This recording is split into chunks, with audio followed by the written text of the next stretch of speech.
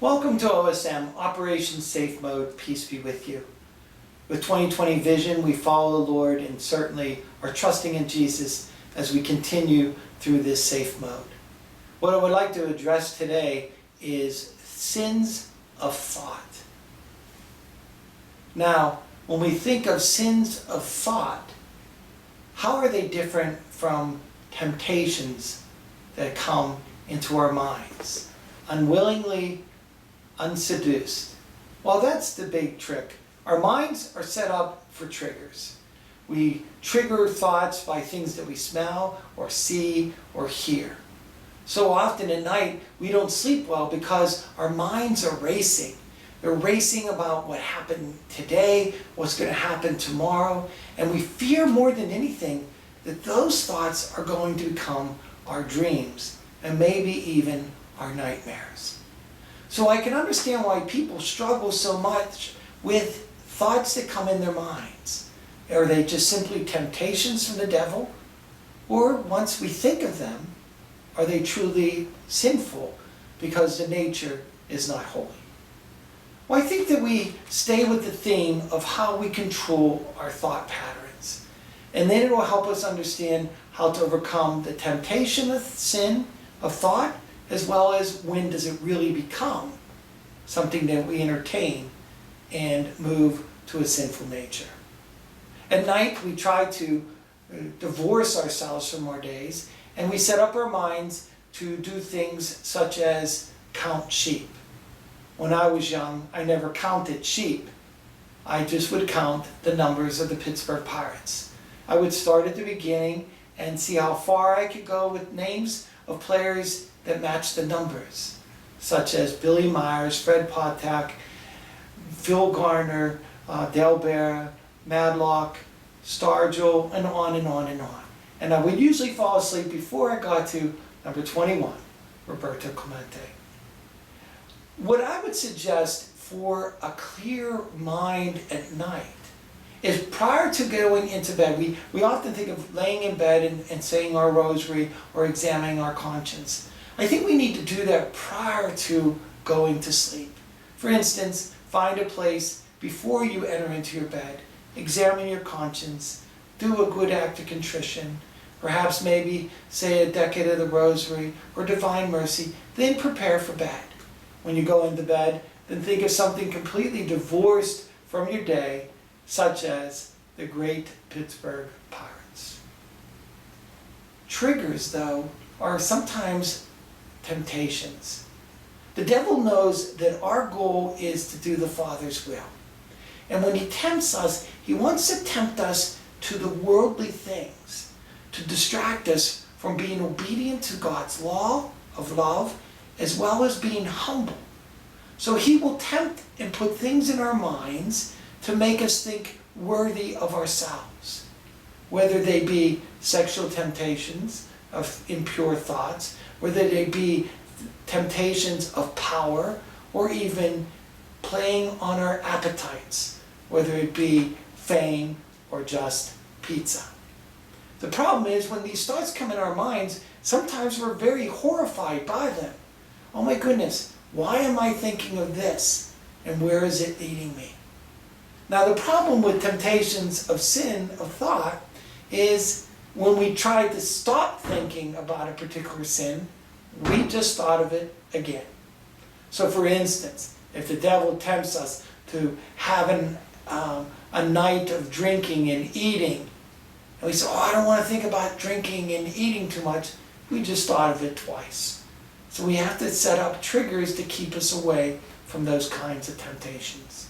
Many people will ask me in confession, Father, I have these evil thoughts or these impure thoughts. Are they sins? And that's where it becomes tricky. The devil can't make us sin, but he certainly can push the buttons of our own reality to see how we respond to them. If we respond to them in an action, then it's truly sinful. If we respond to it in meditating or continue playing and progressing in that particular thought, then that could be easily a sin of thought that we participated in. How do we stop those kinds of sins? Well, every time the devil tempts us, He always tempts us first through our senses and in our thoughts. He wants to see how we're going to react to those temptations. If we react poorly, or on his behalf, act in a way towards sin, he will certainly continue to use that trigger to make our minds think evil or act upon it. How do we overcome that? Well, I think the easiest way to do it is prayer.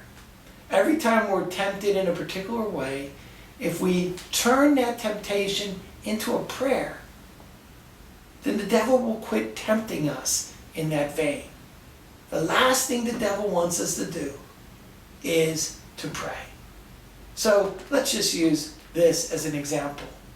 Perhaps there's a neighbor and you aren't too fond of them. Perhaps it's because the way they act or because of the way they look, whatever it might be, we can easily judge them. When that temptation comes in our mind, the devil wants us to think about how much better we are than them, or look for the first opportunity to share that juicy story at the water cooler at work or at the playground. But what if that thought comes into our mind about a particular person and we say, Lord, help me to realize that without your grace, there goes I. I offer this prayer, this Our Father, or this Hail Mary for them to receive your presence. If we do that, it changes the relationship of that person as in competition to us or as a source of gossip. It changes them into the type of relationship that we desire to have with God. I am sure that this will be a new trigger each and every time. If it's a sin of impurity, it's a sin against neighbor, it's a sin of pride, turn it into a prayer. Therefore, it will remain a temptation and not the seed of a beginning of a habitual sin of thought or desire. So what I would like to do then is continue to practice this kind of method against sins of thoughts. If you have a thought that continues to come in your mind and it troubles you, and it happens often, Satan's very good of trying to distract us from the holy by setting it up to become profane. Think of something else if it comes in your mind. Think of number 21, Roberto Clemente. Think of a strawberry. What are you thinking about right now? A strawberry. We need to be able to free our minds from that kind of temptation. Pray about it and change the trigger so that it doesn't become something that you become possessed with and struggle with throughout the day. So remember, it is through temptation of thought, it is through temptation to go against the obedience of God's love and our own humility that forges men and women into saints.